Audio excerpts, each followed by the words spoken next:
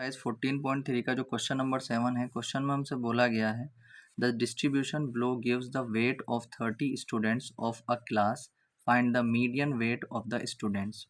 तो क्वेश्चन में हमसे बोला गया है कि यहाँ पर हमें एक टेबल गिवन है, उस टेबल में 30 स्टूडेंट के वेट को जो है बताया गया है।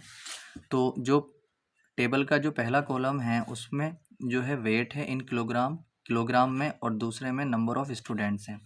तो अगर हम बात करते हैं तो 2 स्टूडेंट ऐसे हैं जिनका वेट 40 से 45 केजी है।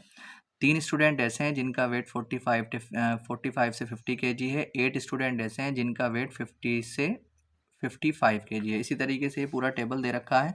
अब हमें इसका क्या फाइंड करना है, मीडियन फाइंड करना है। अब देखिए, जब भी हम किसी का मीडियन निकालते हैं तो उसका जो फॉर्मूला होता है L plus n/2 minus C F और अपॉन एफ और इनटू एच। तो मीडियन निकालने के लिए सारी की सारी चीज़ें हमें चाहिए होती हैं। तो सबसे पहला काम हम क्या करते हैं, सबसे पहले सी एफ निकाल लेते हैं। अब देखिए, सी एफ जो ये कॉम्युलेटिव फ्रिक्वेंसी होती है, कॉम्युलेटिव फ्रिक्वेंसी जब हम निकालते हैं तो जो पहला वाला जो सी एफ होता है वो तो वही हो जाता है जो एफ आई होता है। ठीक है, जो एफ आई होता है वही सी एफ हो जाता है। जब दूसरा निकालते हैं तो इसमें इसको ऐड करते हैं, 2 और 3 कितना ऐड करके आएगा 5, और 5 में 8 ऐड करेंगे तो 13 आ जाएगा। 13 में 6 ऐड करेंगे तो 19 आ जाएगा।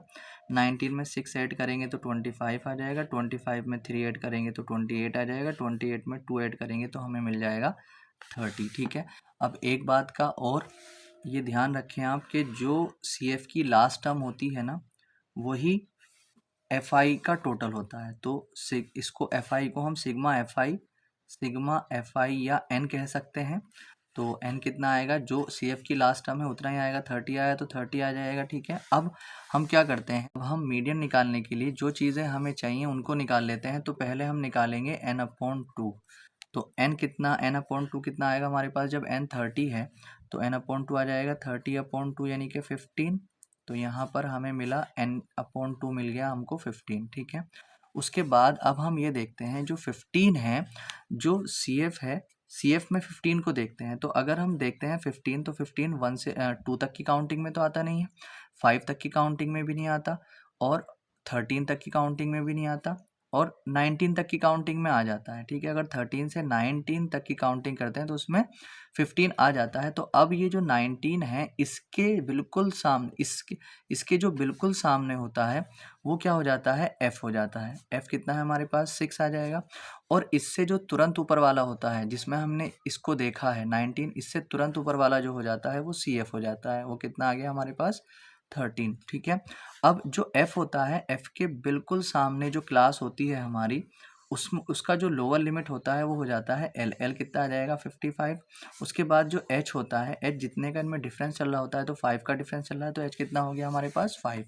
अब हम यहाँ पर क्या करेंगे, देखिए मीडियन निकाल लेंगे, सारी चीज़ें हमारे पास हैं। तो एल कितना है हमारे पास, 55 प्लस n/2 हमारे पास कितना था, 15 माइनस सी एफ हमारे पास कितना आया था, 13, और अपॉन में जो एफ था, एफ कितना था हमारे पास, 6, और मल्टीप्लाई में एच हमारे पास कितना था, 5।